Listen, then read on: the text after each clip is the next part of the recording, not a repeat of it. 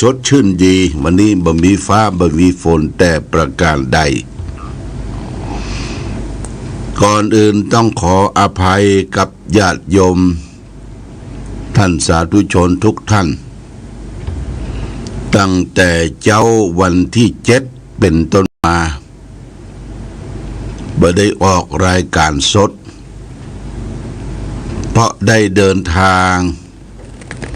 ไปร่วมทำบุญในงานฉลองสมณศักดิ์ปัจยศของท่านเจ้าคุณพระธรรมวชิระโมลีวัดเนินพระจังหวัดระยองเดินทางตั้งแต่วันที่7วันที่8เพิ่นก็มีงานที่จังหวัดระยองพอเสร็จงานที่จังหวัดระยองก็เดินทางตั้งแต่วันที่7เดินทางมานอนที่จังหวัดพิจิตรวัดขุนพุ่มที่จังหวัดพิจิตรเดินทางตลอดทั้งวันแล้วก็ตื่นนอนจากที่จังหวัดพิจิตรวันที่8ตะวันนี้ก็เดินทางตลอดทั้งวันมาทางผ่านปุ้นตั้งพะเยาพดมาจากเชียงรายแล้วก็กลับเข้ามาถึงฝางแล้วก็แวะทำบุญในงานศพตุเจ้าที่วัดป่าตึงอำเภอเมืองจังหวัดเชียงรายมาถึงฝางได้ก็ประมาณสักเกือบจะ20 นาฬิกาเมื่อคืนที่แล้วการเดินทางก็ไปกันหลายรูปตอนเดินทางไปก็มีท่านเจ้าคุณวัดเจดีย์งามพระราชกิติสุนทรท่านพระครูศรีวัดศรีบุญเรืองสงแควพร้อมด้วยโชเฟอร์ตอนปิกมาก็ท่านเจ้าคุณติดงานที่กรุงเทพก็มากับพระครูศรีเดินทางตลอดทั้งวันตะวันนี้ในช่วงเดินทางนั้นก็ฟ้าฝนตกญาติโยมเดินทางโดยรถยนต์แวะมาแวะเที่ยวแวะฉันกาแฟมาเรื่อยๆระหว่างทางก็มาถึงบ้านเฮาเรียบร้อยแล้วตอนนี้อยู่ที่วัดพระพุทธบาทอุดมก็ได้มาออกรายการสดแก่ศรัทธาญาติโยมท่านสาธุชนได้มาพบกันในตอนเช้าวันนี้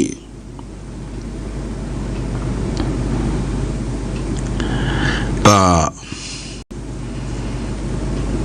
การเดินทา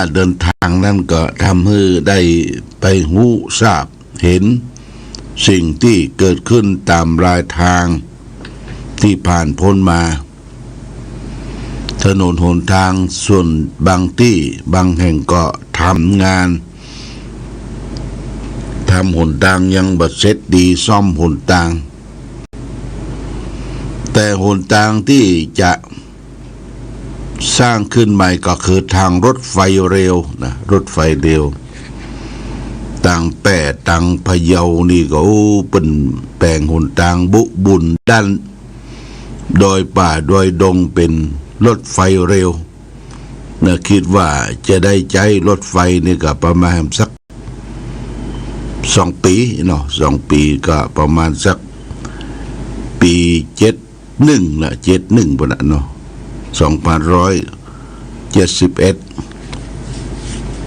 เราก็จะได้ขึ้นรถไฟไปกรุงเทพแต่ไปขึ้นที่ปุ้นนะไปขึ้นที่จังหายกับพะเยากะ เราไปขึ้นตีปุ้นเพราะทางรถไฟบ่ผ่านทางเชียงใหม่เฮาเดินทางไปกรุงเทพรถไฟเร็วนี่ก็ประมาณสัก3 ชั่วโมงปลายนี่เมืองไทยของเฮานี่เพิ่งก็มีการพัฒนาแต่ถนนหนทางเมืองไทยนั่นทางรถยนต์เนี่ยดีมากเนาะดีมากถนนฟักไฟไปกันมาแต่ต่อกันแต่ละจังหวัดแต่ละอำเภอก็สะดวกสบายในการเดินทางแต่หนทางยาวขาวไกลก็ทำให้เราได้พบได้เห็นพี่น้องที่อยู่รายทางอย่างผ่านมาทางอุตรดิตถ์เนี่ยอุตรดิตถ์นี่เปิ้นก็ขายทุเรียนทุเรียนนักระหว่างรายทางทุเรียนที่จังหวัดอุตรดิตถ์ที่ขึ้นชื่อก็คือหลงลับแล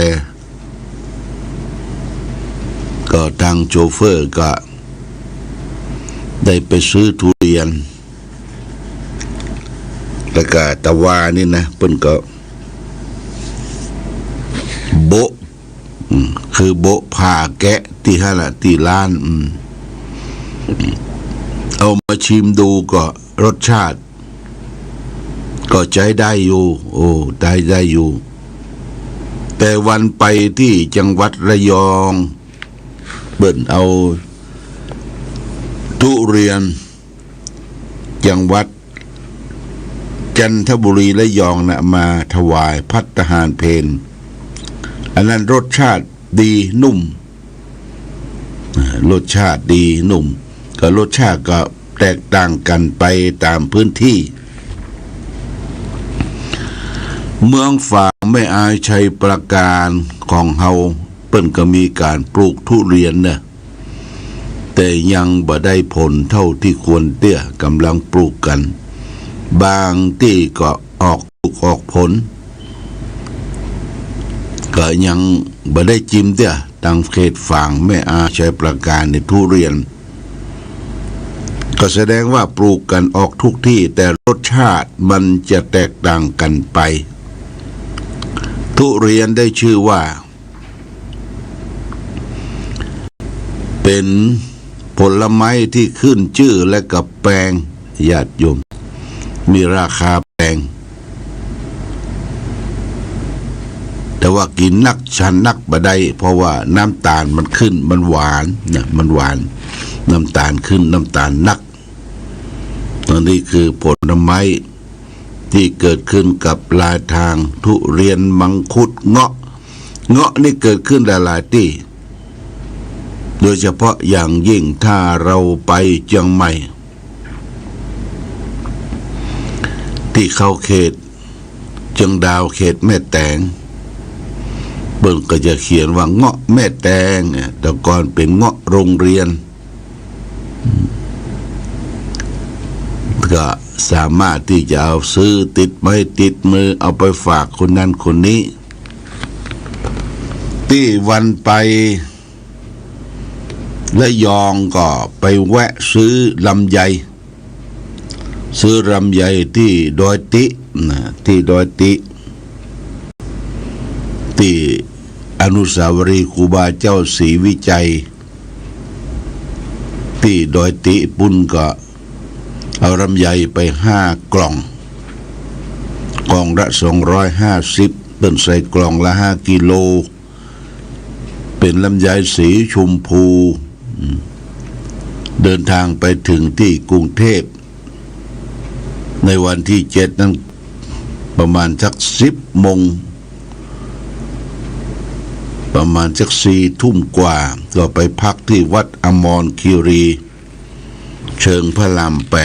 8ก็เอาลำไยไปฝากที่หั่นแล้วก็ไปฝากที่จังหวัดระยองบ้านเฮาก็มีลำไยเนี่ยขึ้นชื่อลือนามเป็น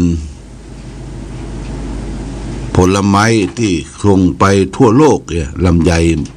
เชียงใหม่ลำพูนเป็นลำไยที่ให้ผลผลิตแต่ปีนี้ลำไยออกบ่ค่อยนักเท่าใดแต่ก็มีราคาดีอีเบี้ยวเขียวลำไยสีชมพูลำไยกะโหลกนี่ขึ้นชื่อลือนามภาษาอังกฤษว่าโลแกนลำไยนี้มีขายทั่วไปบ้านเฮาก็มีเหมือนกันปลูกลำไยวันนั้นคุณครูดาวเพิ่นเอาลำไยมาฝากบอกว่าได้จากปุ้นบ้านปัญจะตำบลแม่สาวลำไยบักโคโลกโอ้รสชาติดีลูกใหญ่นี่บ้านเฮาก็ได้มักได้ผลเรื่องของการปลูกลำไยอันนี้พืชพันธุ์ธัญญาหารที่เกิดขึ้นทั่วไปการเดินต่างนั้นเป็นการไปรีแลกซ์ก็คือไปผ่อนคลายไปชิมอาหารตามร้านอาหารต่างๆที่มีรสชาติแตกต่างกันไปตามท้องถิ่นและก็ผลหมากรากไม้ในเมืองไทยนี่อุดมสมบูรณ์ญาติโยมอุดมสมบูรณ์พูนสุขมีน้ำในมีปลาในนามีข้าวแล้วก็ทำให้ไปพักที่ต่างๆได้ซื้อของฝากซื้อนั่นซื้อนี่เรียกว่าไปรีแลกซ์ไปผ่อนคลายนี่เปิ้นจึงนิยมกันออกไปเที่ยวไปแอวไปรีแลกซ์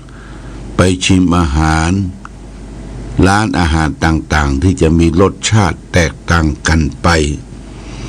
อันนี้ก็แจ้งญาติโยมท่านสาธุชนทั้งหลายได้รับทราบว่าตั้งแต่วันที่7มาถึงวันที่9ตะวานี่2 วัน 2 คืนก็เดินทางไปทำบุญที่จังหวัดระยองเพิ่งกลับมาถึงเมื่อคืนนี้ก็อากาศก็ฝนตกตลอดทั้งทางนะญาติโยมฝนตกตลอดทางก็นั่งในรถตลอดเลยเป็นเวลาประมาณสักเกือบ20 ชั่วโมงมาเรื่อยๆก็พักผ่อนไปในตัววันนี้ได้มาพบแล้วต้องขออนุโมทนากับญาติโยมท่านสาธุชนที่ได้มาทำบุญร่วมกันเป็นกองทุนทอดผ้าป่าในวันเสาร์ที่ผ่านพ้นมาแต่ว่ารายชื่อไม่ได้เอามาออกเลยวันนี้ไม่ได้รายชื่อมาออกรายการบางท่านก็ฝากมาหลายที่หลายต่างโอนมาขออนุโมทนาสาธุเป็นกองทุนวิทยุชุมชนคณะสงฆ์อำเภอฝางเพราะว่าเราจะได้ปรับปรุงเครื่องส่งอินเทอร์เน็ตเครื่องส่งอย่างต่างๆให้มันเสถียรให้มันดีขึ้นที่จะได้เผยแผ่ธรรมให้แก่ศรัทธาญาติโยมท่านสาธุชนทั้งหลายถึงธรรมะนี่คือเป็นสิ่งที่สำคัญสำหรับในชีวิตของเราธรรมกับอธรรมนี่มันเป็นสิ่งที่เราจะต้องรู้ต้องทราบทำดีทำชั่วนี่ต้องหูถ้าหูแต่ทำดีอย่างเดียวความชั่วบ่หูนี่บ่หูต้นสายไปเหตุของความบดีความชั่วก็จะต้องศึกษาร่ำเรียนรู้นี่เป็นสิ่งสำคัญวันนี้จะเอาธรรมะเรียกว่าธรรมกถาว่าด้วยธรรมะและอธรรมนำมาฝากคือแก่ศรัทธาญาติโยมท่านสาธุชนธรรมะและอธรรมนี่พระพุทธเจ้าได้ตรัสไว้ในพระไตรปิฎกเล่มที่26หน้า314ในคุตตกนิกายเถรกถา พระองค์ได้ตรัสว่านะหิธัมโมอะธัมโมจะอุโภสมะวิปากิโนอะธัมโมมิระยังเมติธัมโมปาเปติสุขติธรรมะและอธรรมสองประการนี้จะมีข้อเสมอกันหาไม่ได้คืออธรรมย่อมนำไปสู่นรกส่วนธรรมะนำให้ถึงสุขตินี่ผลปัจจัยที่เราได้รับผลกระทบนี่อธรรมคือความชั่วเนี่ยนำไปสู่นรกส่วนธรรมะนำไปถึงสุขติภพที่ดีคนเฮาก็หาวิธีที่จะสร้างธรรมะคือเกิดขึ้นในชีวิตจิตใจของเฮาโดยเฉพาะอย่างยิ่งในเทศกาลเข้าพรรษาทุกวันพระวันศีลศรัทธาญาติโยมก็มีโอกาสได้ไปอาบน้ำฟังธรรมกันที่วัดวาอารามการอาบน้ำฟังธรรมเป็นการชำระสิ่งที่เป็นมลมลทินเครื่องเศร้าหมองที่อยู่ในจิตในใจเฮาเครื่องเศร้าหมองต่างๆที่เป็นกิเลสนั้นมีหลายอย่างเฮาก็มีผลกระทบในด้านจิตด้านใจเช่นว่าความอิจฉาริษยาความโกรธความโกรธะความมานะทิฏฐิความหลงทุกอย่างเนี่ยเป็นมลมลทินเป็นเครื่องเศร้าหมองเป็นกิเลสที่เฮามองบ่หันแต่มีความสัมผัสรู้สึกว่ามันหนักอกหนักใจเวลามีกิเลสอยู่ในจิตในใจของเฮานี่ฝากไว้ก็ต้องกำจัดโดยธรรมะธรรมะคือสิ่งที่ถูกต้องกิเลสคือสิ่งที่ถูกใจอันใดที่ถูกใจเฮาทำลงไปมันจะเป็นอธรรมเป็นความบดีบงามมันถูกใจมันพอกพูนชีวิตเฮาเนี่ยมีแต่ความทุกข์ความเดือดร้อนวุ่นวายแต่ธรรมะเมื่อเราได้สัมผัสได้อบรมได้ประพฤติปฏิบัติก็ทำให้สุขสบายตั้งกายโดยตั้งใจโดยเพราะฉะนั้นในวันที่10วันนี้ญาติโยมนะใครผู้ใดมีโอกาสก็จะมาร่วมประพฤติปฏิบัติธรรมในวันแม่แห่งชาติวันที่12สิงหามหาราชินีคล้ายเป็นวันพระราชสมภพของสมเด็จพระนางเจ้าพระบรมราชินีนาถพระพันปีอัยกาเจ้าแม่ของรัชกาลที่9ถึงแม้ว่าพระองค์จะสิ้นพระชนม์ไปแล้ว